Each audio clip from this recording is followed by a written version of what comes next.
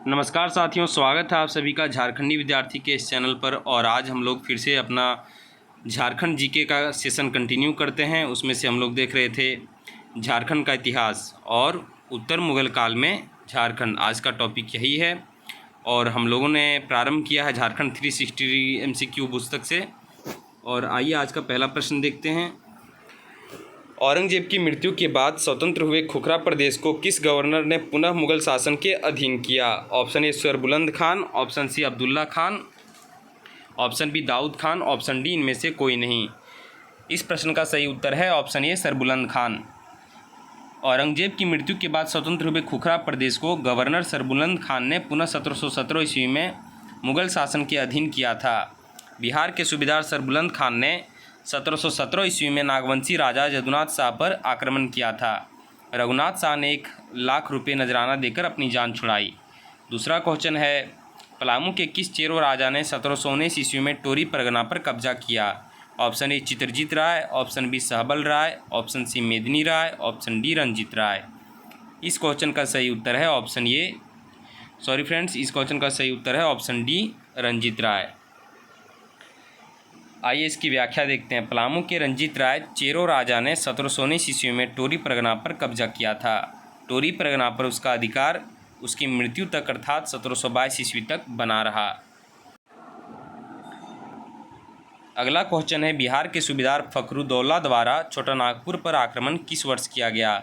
Option A 1720 ईस्वी में, option B 1725 ईस्वी में, ऑप्शन सी 1730 ईस्वी में और ऑप्शन डी 1781 ईस्वी में। इस क्वेश्चन का सही उत्तर है ऑप्शन सी 1730 ईस्वी में। बिहार के सूबेदार फखरुद्दौला द्वारा छोटा नागपुर पर आक्रमण 1730 ईस्वी में किया गया था। इस समय नागवंशी राजा शिवनाथ शाह था, जिससे वह 12,000 रुपये नजराना वसूला। अगला क्वेश्चन है, हुसैनाबाद एवं हैदरनगर की स्थापना किसने की थी? Option A Fakhruddaula, option B Zainuddin Ahmad, option C Ali Vardi Khan, option D हिदायत अली खान। इस प्रश्न का सही उत्तर है ऑप्शन डी हिदायत अली खान। हुसैनाबाद एवं हैदरनगर की स्थापना हिदायत अली खान ने की थी।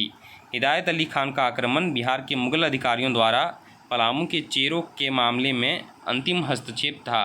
इसके बाद मुगल प्रभाव के स्थान पर मराठा प्रभाव हावी हो गया था। अगला क्वेश्चन है, मराठा नेता भास्कर राव पंडित बंगाल पर आक्रमण के दौरान किस रास्ते से झारखंड में प्रविष्ट हुआ? Option A Andhra Pradesh, option B Mizoram, option C Chhattisgarh और ऑप्शन डी इनमें से कोई नहीं। इस क्वेश्चन का सही उत्तर है ऑप्शन सी छत्तीसगढ़। आइए इसकी व्याख्या देखते हैं।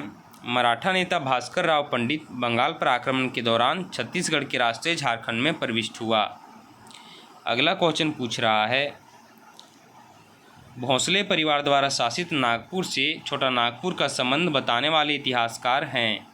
Option A Walter Hamilton, option B J.H. हैबिट, option C John Marshall, option D इनमें से कोई नहीं। इस प्रश्न का सही उत्तर है option B J.H. Habit. Bhonsle परिवार द्वारा शासित नागपुर से छोटा नागपुर का संबंध बताने वाले इतिहासकार J.H. हैबिट है। J.H. हैबिट ने झारखंड को चुटिया नागपुर के नाम से संबोधित किया। अगला क्वेश्चन है, निम्न में से किसके आक्रमणों के फलस्वरूप झारखंड पर मुगल प्रभाव का अंत हो गया? Option A Maratha, option B फ्रांसीसी, ऑप्शन सी डेनिश और ऑप्शन डी इनमें से कोई नहीं। आप सभी जान रहे होंगे कि कौन शासक थे जो यहाँ पर बार बार आक्रमण कर रहे थे, जिसके कारण मुगल प्रभाव का अंत हुआ। क्या वे फ्रांसीसी थे? क्या वे डेनिश थे? नहीं, ये सब तो नहीं, वो मराठा थे। इसलिए इसका सही उत्तर होगा ऑप्शन ए मराठा। मराठा आक्रमणों के फलस्वरूप झारखंड पर से मुगल प्रभाव का अंत हो गया और उसका स्थान मराठा प्रभाव ने ले लिया। झारखंड का क्षेत्रीय राजवंश दिखाया गया है फ्रेंड्स। यहाँ पर खड़गड़िया राज दिखाया गया है, जिसमें से गिरिडीह आता है, दुमका आ रहा है और कोडरमा ये सब आ रहा है उसमें खड़गड़िया राज में। और चौपारण चाई राज वो हजारीबाग और कोडरमा आता है और केंदा राज मतलब चतरा आता है। और पलामू राज में देगांव, तरहसी, चैनपुर, पलामू, उटारी, शिवपुर और हुसैनाबाद आ रहा है। और छोटा नागपुर खास राज यानी छोटा नागपुर, उसमें सुतियाम्बे, जगन्नाथपुर, नागफेनी, चुटिया, रांची और गुमला और सिमडेगा और लातेहार, लोहरदगा ये सब वाला जगह आ रहा है छोटा नागपुर खास में। और पंचायत राज में दलमी पगबीरा यानी धनबाद और बोकारो में पंचायत राज था। और बीरभूम राज में उसके नीचे वाला जो है वो यानी पूर्वी सिंहभूम और सरायकेला का थोड़ा भाग, फिर सरायकेला राज भी है, फिर पोरहाट राज भी है, कोल्हान राज भी है, ढालभूम राज भी है। आप सभी लोग मैप के थ्रू देख सकते हैं। अगला क्वेश्चन है, निम्न में कौन सा कथन सही है? ऑप्शन पहला दिया गया है कथन, झारखंड में मुंडा जनजाति का प्रवेश 600 ईस्वी पूर्व में माना जाता है। दूसरा कथन दिया गया है, मुंडा झारखंड के प्रथम जनजाति थे जिन्होंने राज्य निर्माण को आरंभ किया। और तीसरा कथन है, मुंडा जनजाति के प्रसिद्ध आदि पुरुष ऋषा मुंडा ने राज्य निर्माण की प्रक्रिया शुरू की और अपने द्वारा स्थापित राज्य का नाम सुतिया नागखंड रखा। सुतिया पाहन का राज्य 7 गढ़ एवं 22 परगना में विभाजित थे। ऑप्शन ए 1 एवं 2, ऑप्शन बी 1, 2 एवं 3, ऑप्शन सी 1 एवं 4 और ऑप्शन डी 1, 2, 3 एवं 4। तो इस प्रश्न का सही उत्तर हम लोग ढूंढने का प्रयास करते हैं। मुंडा जनजाति का प्रवेश 600 ईस्वी पूर्व में माना जाता है, बिल्कुल ये सही है, पहला कथन सही है। और मुंडा झारखंड के प्रथम जनजाति थे जिन्होंने राज्य निर्माण की प्रक्रिया को आरंभ किया, यह भी सही है। और ऋषा मुंडा ने शुरू किया, यह भी सही है, यानी 1, 2, 3 भी सही है। और चौथा जो है 7 गढ़ और 22 परगना वाला, ये तो सही है ही, इसलिए इसका सही उत्तर होगा ऑप्शन डी 1, 2, 3 एवं 4। सॉरी फ्रेंड्स, चौथा कथन असत्य है, 7 गढ़ और 21 परगना था। तो यहाँ व्याख्या बता रही है कि कथन 1, 2 एवं 3 सत्य हैं जबकि कथन 4 असत्य है। सुतिया पाहन का राज्य 7 गढ़ एवं 21 परगना में विभाजित था। 7 गढ़ों के नाम हैं, पहला लोहागढ़, दूसरा पालूनगढ़, तीसरा सिंहगढ़, चौथा मानगढ़, 5वां सुरगुजागढ़, 6ठा केसलगढ़ और 7वां हजारीबागगढ़। अगला प्रश्न है, निम्नलिखित में कौन सा कथन सही है? नागवंश के संस्थापक फनी मुकुट राय थे जिन्हें नागवंश का आदि पुरुष भी कहा जाता है, ये सही है। दूसरा कथन है, इन्होंने 64 ईस्वी प्रथम सदी में नागवंशी राज्य की स्थापना की तथा सुतियाम्बे को राजधानी बनाया। और तीसरा है, इनका विवाह पंचायत राज के गोवंशी क्षत्रियों के यहाँ हुआ था तथा पंचायत राज की सहायता से ही इन्होंने क्योंझर राज्य को पराजित कर अपने अधीन किया। ये पहला और तीसरा सही है और दूसरा भी सही ही है, यानी 1, 2, 3 सही है। और चौथा कथन है, इन्होंने अपने शासनकाल में बाहरी लोगों को झारखंड क्षेत्र में आने के लिए आमंत्रित किया तथा बनारस से आए भवराय श्रीवास्तव को अपना दीवान नियुक्त किया, यानी चौथा कथन भी सही है। तो इसका कूट दिया गया है, ऑप्शन ए 1 एवं 2, ऑप्शन बी 1, 2 एवं 3, ऑप्शन सी 1 एवं 4 और ऑप्शन डी 1, 2, 3 एवं 4। इस प्रश्न का सही उत्तर होगा फ्रेंड्स ऑप्शन डी, उपयुक्त सभी कथन सत्य हैं। अगला प्रश्न है, निम्नलिखित में कौन सा कथन सही है? पहला कथन है, फनी मुकुट राय ने सुतियाम्बे में एक शिव मंदिर का भी निर्माण कराया। और दूसरा कथन, इसके अलावा जगन्नाथपुरी से आने वाले एक पांडे के द्वारा ठाकुरबाड़ी में एक मूर्ति की स्थापना भी करवाई तथा उस पांडे को सौरंदा एवं महू गांव नामक ग्राम देकर वहां बसाया। तीसरा कथन है, एक कथानक के अनुसार झारखंड को विष्णु पुराण में नागद्वीप कहा जाता था और यह क्षेत्र नाग जाति के लिए प्रसिद्ध था। चौथा कथन कहता है, नागवंश के कारण झारखंड की संस्कृति में पहली बार गैर आदिवासी समाज सदान या मूलवासी का विस्तारीकरण हुआ। पुट दिए गए हैं, ऑप्शन ए 1 एवं 2, ऑप्शन बी 1, 2 एवं 3, ऑप्शन सी 2, 3 एवं 4 और ऑप्शन डी 1, 2, 3 एवं 4। इस प्रश्न का सही उत्तर होगा फ्रेंड्स ऑप्शन सी, कथन 1 असत्य है जबकि 2, 3 एवं 4 सत्य हैं। फनी मुकुट राय ने सुतियाम्बे में एक सूर्य मंदिर का भी निर्माण कराया था। अगला क्वेश्चन पूछ रहा है, मिलान करने वाला है, राजधानी एक तरफ दिया है और दूसरी तरफ राजा था। तो सुतियाम्बे किसका है? तो आप सभी जानते हैं फनी मुकुट राय का है, यानी फर्स्ट का डी। और चुटिया प्रताप राय चुटिया था, ठीक है, हम लोग इससे याद रख सकते हैं, चुटिया प्रताप राय का था यानी प्रताप राय चुटिया। तो दूसरा का सी। और तीसरा खुखरा, तो पहले भी बताया था कि भीम ने कर्ण को खुखरा, तो तीसरा का बी। और चौथा दोइसा जो है वो दुर्जन साल का, दा से दा, दुर्जन दोइसा, आप लोग ऐसे याद रख सकते हैं, दा से दुर्जन, दा से दोइसा, यानी ये का 4। तो पहला का डी, दूसरा का सी, तीसरा का बी। तो पहला का डी, दूसरा का सी, तीसरा का बी, चौथा का ये सिर्फ ऑप्शन बी में दिया गया, यानी सही उत्तर ऑप्शन बी है। आंसर में भी यही बताया, सुतियाम्बे फनी मुकुट राय, चुटिया प्रताप राय, खुखड़ा भीमकर्ण, दोइसा दुर्जन साल। सुमेलित करने का, फिर से मिलान करने का है। राजधानी और राजा, रातूगढ़ है, पालकोट भौरों है और पालकोट है और सतरंजी है। तो सतरंजी जानते हैं आप सभी कि सतरंजी एनी शाह का था। एनी सतरंगी ऐसे याद रख सकते हैं आप लोग। यानी 4 का ये किस में है? 4 का ये सिर्फ ऑप्शन बी में है। और वैसे भी रातूगढ़ उदयनाथ सहदेव का था, 1 का डी। और पालकोट भौरों जगन्नाथ सहदेव का था और पालकोट जदुनाथ शाह ने पाला। जदुनाथ शाह ने पाला तो उससे पालकोट होगा जदुनाथ शाह का, और पालकोट भैरव वो जगन्नाथ का होगा। और सतरंजी एनी मतलब दीर्घई की मात्रा है, तो सतरंजी से एनी याद रख सकते हैं। और रातू तो रात के बाद सूरज का उदय होता है ना, तो रातूगढ़ को लेकर उदयनाथ सहदेव था। ठीक है, आप लोग ऐसे याद रख सकते हैं। इसका सही उत्तर ऑप्शन बी है, रातूगढ़ उदयनाथ सहदेव, यानी रात का उदय होगा। और पालकोट भैरव जगन्नाथ सहदेव और पालकोट जदुनाथ शाह कुत्ता पाला। सतरंजी एनी दीर्घई की मात्रा। 66वां अगला प्रश्न यानी है फ्रेंड्स, निम्नलिखित में कौन सा कथन सही है?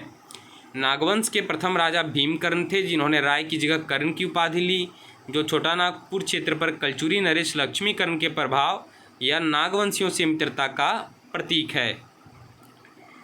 और दूसरा कथन है, इन्होंने चुटिया की जगह खुखरा को अपनी राजधानी बनाई तथा यहाँ भीम सागर झील का निर्माण किया। ये ऑप्शन सही है, दूसरा ऑप्शन सही है। और तीसरा का, इन्होंने सरगुजा के हैहल वंशी रक्सैल राजा के साथ बरवा का युद्ध लड़ा, इसमें रक्सैल राजा पराजित हुए। यह भी सही है। भीमकर्ण ने रक्सैल क्षेत्र में लूटपाट की तथा वासुदेव की एक मूर्ति भी प्राप्त की, ये भी सही है। यानी 1, 2, 3 एवं 4 उपयुक्त सभी कथन सत्य हैं। अगला प्रश्न है, निम्नलिखित में कौन सा कथन सही है? दुर्जन शाह जहांगीर का समकालीन था, इसने दोईसा को अपनी राजधानी बनाई। मैंने पिछले प्रश्न में पढ़ाया था कि द से दुर्जन, दा से दोईसागढ़, ये सही है। और दुर्जन शाह को जहांगीर ने कैद भी किया था 12 वर्षों के लिए। क्यों?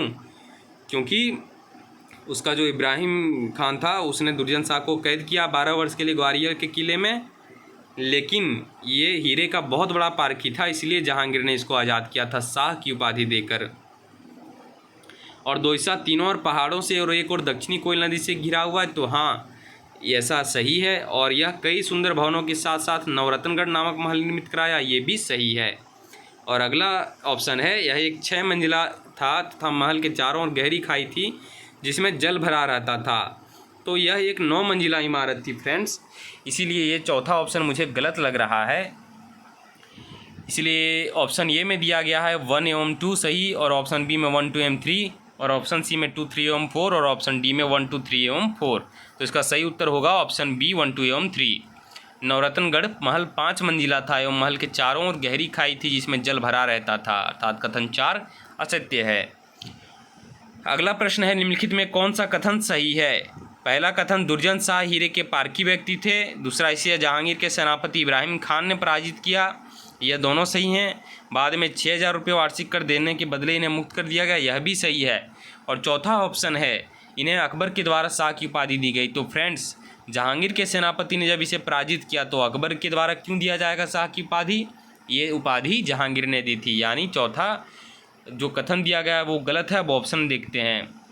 कूट दिया गया है ऑप्शन ए में 1 एवं 2 सही, ऑप्शन बी में 1, 2 एवं 3 सही, ऑप्शन डी में 1, 2, 3 एवं 4 सही, और ऑप्शन डी में 1, 2, 3 एवं 4। तो आपका सही उत्तर ऑप्शन बी होगा। कथन 4 असत्य है। दुर्जन शाह को शाह की उपाधि हीरे के पारखी होने के कारण जहांगीर के द्वारा दी गई थी। अगला प्रश्न है, निम्नलिखित में कौन सा कथन सही है? पहला है कथन, रघुनाथ शाह जहांगीर के समकालीन थे, अत्यंत धार्मिक एवं दानी स्वभाव के व्यक्ति थे। आप सबने पढ़ा होगा पिछले क्लास में कि रघुनाथ शाह औरंगजेब के समकालीन थे और अत्यंत धार्मिक एवं दानी स्वभाव के व्यक्ति थे। दूसरा कथन है, इन्होंने रांची स्थित बोडैया में मदन मोहन मंदिर तथा रांची स्थित चुटिया में राम सीता मंदिर का निर्माण करवाया, ये बिल्कुल सही है। और तीसरा है, राम सीता मंदिर के निर्माण में हरिनाथ ब्रह्मचारी ने मुख्य भूमिका निभाई, वो इनका पुजारी था, ये बिल्कुल सही है। यानी 2 और 3 सही है। और चौथा कहता है, उदयनाथ सहदेव ने पालकोट भैरव की जगह रातूगढ़ को राजधानी बनाई। रातूगढ़ नागवंशीय राजाओं की अंतिम राजधानी तथा क्रम से 8वीं राजधानी थी। तो मैंने पिछले में ट्रिक बताया कि रात का उदय होता है, यानी उदयनाथ का रातुगढ़ राजधानी था, ये बिल्कुल सही है। और अंतिम राजधानी थी, ये भी सही, और 8वीं राजधानी थी, ये भी सही है। यानी 2, 3 एवं 4 सही हैं। अब आइए देखते हैं किस ऑप्शन में ऐसा है। ऑप्शन ए में 1 एवं 2, ऑप्शन बी में 1, 2 एवं 3, ऑप्शन सी में 2, 3 एवं 4 और ऑप्शन डी में ऑल। तो आपका सही होगा ऑप्शन सी। रघुनाथ शाह जहांगीर के समकालीन ना होकर औरंगजेब के समकालीन थे। अन्य कथन सत्य हैं। अगला प्रश्न, निम्नलिखित में कौन सा कथन सही है? चिंतामणि शरणनाथ शाहदेव नागवंश के अंतिम राजा हुए। और ऑप्शन बी ये बिल्कुल सही है फ्रेंड्स कि चिंतामणि शाहदेव अंतिम राजा थे। और ऑप्शन बी में एनी शाह 1791 ईस्वी में रांची के जगन्नाथपुर में प्रसिद्ध जगन्नाथ मंदिर का निर्माण कराया था।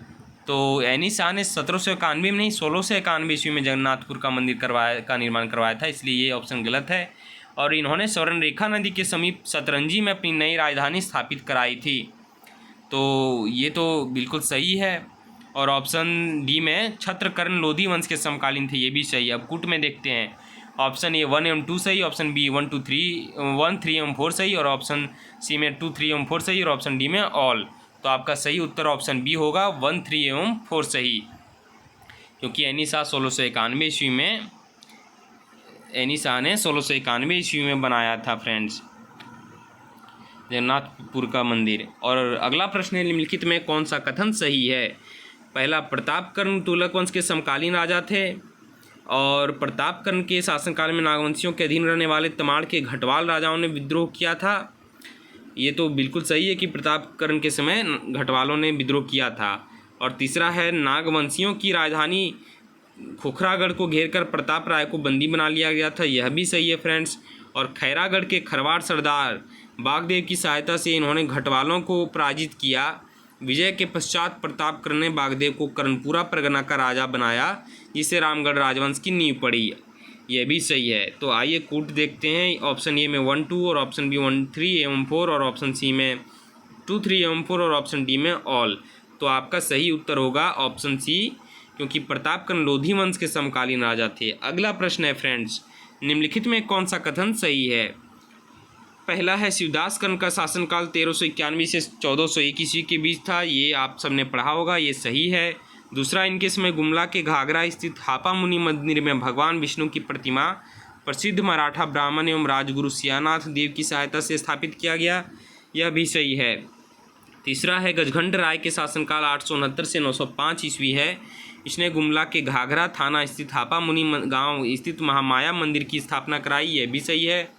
और चौथा है, गजघंट राय के शासनकाल में गुमला के चैनपुर के निकट टांगीनाथ का प्रसिद्ध मंदिर भी स्थापित हुआ, ये भी सही है। तो आपका यहाँ ऑप्शन में देखना है जिसमें सभी सत्य हों। ऑप्शन ए 1, 2 और ऑप्शन बी 1, 3 एवं 4, ऑप्शन सी में 2, 3 एवं 4 और ऑप्शन डी सभी सत्य। इसका सही उत्तर ऑप्शन डी होगा। उपयुक्त सभी कथन सत्य हैं। आज का अंतिम प्रश्न है आप सभी के सामने, निम्नलिखित में कौन सा कथन सही है? पहला, पलामू में स्थापित होने वाला रक्सैल पहला राजवंश था। रक्सैल खुद को राजपूत कहते थे और इनकी 2 शाखाएं थी, पहला देवगन, खा, कुंडेलवा, ये सही है फ्रेंड्स। और अगला प्रश्न है, इनके राजनीतिक गतिविधि का केंद्र पलामू से ज़्यादा वर्तमान छत्तीसगढ़ का सरगुजा क्षेत्र था। रक्सैलों के समय कोरवा, गोंड तथा खरवाड़ जनजातियों की बहुलता थी, ये भी सही है फ्रेंड्स। और अगला कथन है, जिनमें सर्वाधिक संख्या खरवारों की थी और इस समय खरवार राजा का नाम प्रताप धवल मिलता है, यह भी सही है। और अगला कथन है, 16वीं सदी में रक्सैल राजाओं ने चेरों को पराजित किया और पलामू क्षेत्र पर अपना आधिपत्य स्थापित किया। तो ये गलत है, क्योंकि चेरों ने रक्सैलों को पराजित किया था, इसलिए आपका 1, 2 एवं 3 सही है। और किसमें दिया है देखते हैं। ऑप्शन ए में 1, 2 एवं 3 है, तो सही उत्तर ऑप्शन ये होगा। इसकी व्याख्या भी यही कह रही है कि 16वीं सदी में चेरों राजाओं ने रक्सैलों को पराजित कर और पलामू क्षेत्र पर अपना आधिपत्य स्थापित किया था। अगला प्रश्न है, निम्नलिखित में कौन से कथन सही हैं? पहला, महाराज चेरो राजवंश का उदय मुख्य रूप से पलामू क्षेत्र में हुआ। दूसरा, इन्होंने पलामू में चेरो वंश की स्थापना की। इनके प्रमुख राजा भागवत राय, महाराज चेरो, अनंत राय और मेदिनी राय, दोनों कथन सही हैं अभी तक के। तीसरा, इन्होंने रक्सैल वंश को पराजित कर इस क्षेत्र पर अपना प्रभुत्व कायम किया, यह भी सही है। और चौथा, आधुनिक पलामू के निर्माता होने का श्रेय इन्हें दिया जाता है, यह भी सही माना जाएगा। तो देखते हैं किसमें सभी वाले हैं। तो ये ऑप्शन ए में 1 2 3 है, ऑप्शन बी में 1 3 एवं 4 है, ऑप्शन सी में 2 3 एवं 4 है और ऑप्शन डी में उपयुक्त सभी कथन सत्य हैं, यानी सही उत्तर आपका ऑप्शन डी होगा। अगला प्रश्न है, निम्नलिखित में कौन सा कथन सही है। पहला है, महारथ चेरों के शासनकाल में शेरशाह के सेनापति ख्वास खान ने चेरों के ऊपर आक्रमण किया। दूसरा, चेरों राजाओं को पराजित कर इनका सुप्रसिद्ध सफ़ेद हाथी श्याम सुंदर को अपने साथ ले गया। ये दोनों सही हैं। और सेनापति ख्वास खां किसका था? शेरशाह का ही था। और तीसरा, अनंत राय के समय जहांगीर के सेनापति अफजल खान ने चेरों राजाओं के खिलाफ सैन्य अभियान किया था। ये भी सही है।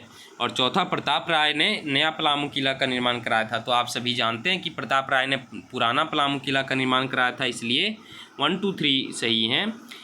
आइए ऑप्शन देखते हैं। ऑप्शन ए में 1 2 एवं 3, ऑप्शन बी में 1 3 एवं 4, ऑप्शन सी में 2 3 एवं 4 और ऑप्शन डी में उपयुक्त सभी कथन सत्य हैं। तो इसका सही उत्तर होगा ऑप्शन ए। प्रताप राय ने पुराना पलामू किला का निर्माण कराया तथा नए पलामू किले का निर्माण मेदिनी राय ने करवाया था, जिसके शासनकाल को चेरो शासन का स्वर्ण युग कहा जाता है।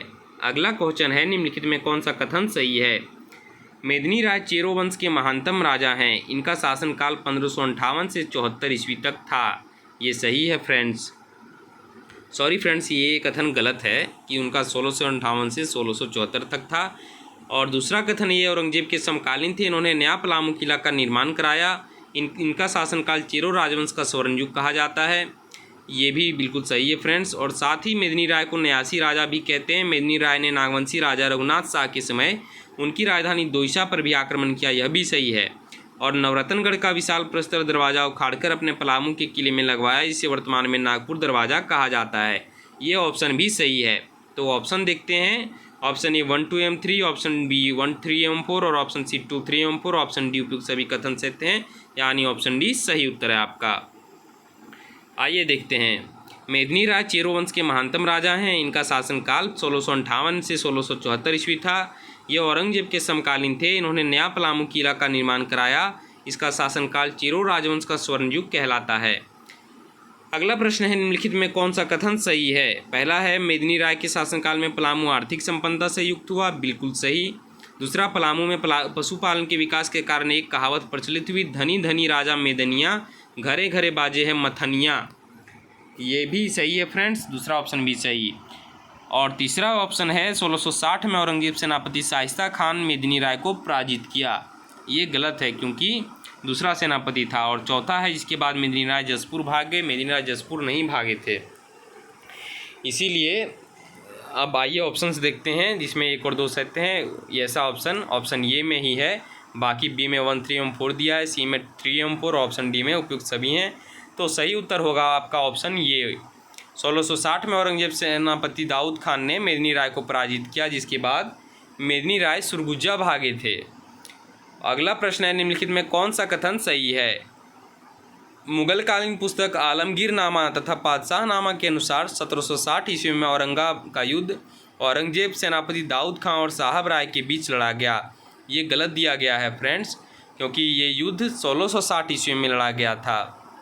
औरंगजेब का शासनकाल 1707 तक ही था, इसीलिए ये युद्ध 1660 ईस्वी में लड़ा गया। और जिसमें साहेब राय पराजित हुए और जंगलों में शरण लिया। ये वाला ऑप्शन सही है। इस युद्ध में, औरंगा के युद्ध में साहेब राय पराजित हुए थे। और तीसरा है, रंजीत राय मुगल सूबेदार इब्राहिम खान ने 1,40,000 वार्षिक कर के बदले पलामू की गद्दी पर बैठाया। ये भी बिल्कुल सही है फ्रेंड्स। और अगला ऑप्शन है, रंजीत राय के चचेरे भाई जयकिशन ने पदच्युत कर दिया। ये भी सही है, यानी 2 3 एवं 4 सही है। और जिसमें वो आपका ऑप्शन सही होगा। ये आपका ऑप्शन ये में है 2 3 एवं 4, ऑप्शन बी में 1 2 एवं 3 और ऑप्शन सी में 3 एवं 4 और ऑप्शन डी में उपयुक्त सभी। तो आपका ऑप्शन ये सही है। मुगलकालीन पुस्तक आलमगीर नामा तथा पातशाह नामा के अनुसार 1660 ईस्वी में औरंगा का युद्ध औरंगजेब सेनापति दाऊद खान और साहेब राय के बीच लड़ा गया था। अगला प्रश्न है, निम्नलिखित में कौन सा कथन सही है। पहला, हजारीबाग से प्राप्त दूध पानी शिलालेख से मानभूम राजवंश का इतिहास मिलना आरंभ होता है। दूसरा है, 14वीं सदी में धनबाद में कवि गंगाधर द्वारा लिखा गया गोविंदपुर शिलालेख से इसकी पुष्टि होती है। दोनों कथन सही है। और तीसरा कथन है, इन अभिलेखों के अनुसार मान राजवंश मानभूमि एवं हजारीबाग क्षेत्र में फैला था। ये भी बिल्कुल सही है फ्रेंड्स। और चौथा कथन है, इस वंश के राजाओं ने कोल जनजाति की महिलाओं पर घोर अत्याचार किया, परिणामतः कोल जनजाति मानभूमि छोड़कर पंचायत क्षेत्र में चली गई। ये तो गलत है। बाकी 1, 2, 3 सही है। तो आइए कूट देखते हैं। ऑप्शन ए 1 एवं 2, ऑप्शन बी 1, 3 एवं 4 और ऑप्शन सी 1, 2 एवं 3 और ऑप्शन डी उपयुक्त सभी। तो आपका सही उत्तर होगा ऑप्शन सी 1, 2 एवं 3। अगला क्वेश्चन है फ्रेंड्स आप सबके सामने, निम्नलिखित में इसकी व्याख्या बता रही है। इस वंश के राजाओं ने सवर जनजाति की महिलाओं पर घोर अत्याचार किया, जिसके परिणामतः सवर जनजाति मानभूमि छोड़कर पंचायत क्षेत्र में चले गए। अगला प्रश्न पूछ रहा है, निम्नलिखित में कौन सा कथन सही है। पहला, पंचायत राज मानभूमि अर्थात धनबाद का यह सर्वाधिक शक्तिशाली राजा था। ये बिल्कुल सही है फ्रेंड्स। दूसरा, मुगलों की कर वृद्धि और तबाही के कारण पंचायत राजाओं ने अधिक दुर्गम और सुरक्षित स्थान के तौर पर टाटी सिलवे में अपनी राजधानी बनाई। टाटी सिलवे के कभी किसी की राजधानी थी ही नहीं, इसलिए ये कथन गलत है। तीसरा है, यहाँ के राजा का राजचिन्ह कपिला गाय का पूंछ अर्थात चंवर था। ये सही है। और चौथा है, यहाँ के राजा गौमुखी राजा कहलाते थे। ये भी सही है, यानी 1, 3 एवं 4 सही है। कौन सा ऑप्शन में है देखते हैं। ऑप्शन ए 1, 2, ऑप्शन बी 1, 3 एवं 4, ऑप्शन सी 3 एवं 4, ऑप्शन डी उपयुक्त सभी। यहाँ पर ऑप्शन बी सही उत्तर होगा। मुगलों के कर वृद्धि और तबाही के कारण पंचायत राजाओं ने अधिक दुर्गम और सुरक्षित स्थान के तौर पर झालदा में अपनी राजधानी बनाई थी। अगला प्रश्न बोल रहा है, निम्नलिखित में कौन सा कथन सही है। पहला, ऐतिहासिक स्रोतों के अनुसार सिंहभूम के ढालभूमि क्षेत्र में ढाल वंश का शासन था और यहाँ के व्यापक रूप से नरबली का प्रचलन था। ये ऑप्शन सही है। हो जनजाति के अनुसार हो समुदाय के प्रमुख देवता सिंहबोंगा के नाम पर इस क्षेत्र का नाम सिंहभूम रखा गया। ये भी सही है। तीसरा है, सिंह वंश के पारिवारिक इतिहास वंश प्रभा लेखन के अनुसार इस क्षेत्र में सिंह वंश के 2 शाखाओं ने शासन किया। ये भी सही है। और चौथा, इस वंश के शासक राजस्थान के राठौड़ राजपूतों के वंशज थे। यह भी सही है। तो उपयुक्त सभी कथन सत्य हैं, ऐसा ऑप्शन डी में दिया गया, इसलिए सही उत्तर ऑप्शन डी है। और अगला प्रश्न पूछ रहा है, निम्नलिखित में कौन सा कथन सही है। पहला, सिंह वंश की पहली शाखा की स्थापना 8वीं सदी में हुई और इसके संस्थापक दर्प नारायण थे। ये गलत है, क्योंकि इसके संस्थापक काशीनाथ सिंह थे। और दूसरी, इस राजवंश में कुल 13 राजाओं ने शासन किया था। ये बिल्कुल सही है फ्रेंड्स। और तीसरा, सिंह राजवंश की दूसरी शाखा की स्थापना 1205 ईस्वी में काशीनाथ सिंह के द्वारा किया गया था। बिल्कुल गलत। दूसरा शाखा का स्थापना दर्प नारायण सिंह ने 1205 में किया था। और चौथा है, इनके पश्चात इस वंश में युधिष्ठिर, काशीराम सिंह, अच्युत सिंह एवं जगन्नाथ सिंह जैसे कई राजा हुए। तो पहला और चौथा सही है। आपका ऑप्शन ए में दिया गया है 1 एवं 3, ऑप्शन बी में 2 एवं 4, ऑप्शन सी में 3 एवं 4 और ऑप्शन डी में उपयुक्त सभी कथन सत्य हैं। तो आपका दूसरा एवं चौथा सही था, तो ऑप्शन बी सही है। सिंह वंश की पहली शाखा की स्थापना 8वीं सदी में हुई। इसके संस्थापक काशीनाथ सिंह थे, जबकि सिंह वंश की दूसरी शाखा की स्थापना 1205 ईस्वी में दर्प नारायण सिंह के द्वारा किया गया। अगला क्वेश्चन आप सबके सामने है, निम्नलिखित में कौन सा कथन सही है। पहला, 1368 ईस्वी में बागदेव सिंह ने रामगढ़ राज्य की स्थापना की। ये सही है। दूसरा, बागदेव सिंह आरंभ में नागवंशी शासकों के अधीन थे, परंतु बाद में नागवंशी राजाओं से मतभेद होने पर स्वतंत्र राज्य की स्थापना की। हमने पहले पढ़ा, ये कथन भी सही है।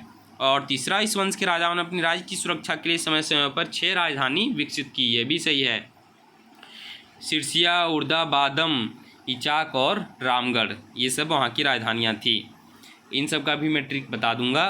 और अगला है, चौथा, इनकी प्रथम राजधानी सीसिया और अंतिम राजधानी पद्मा थी।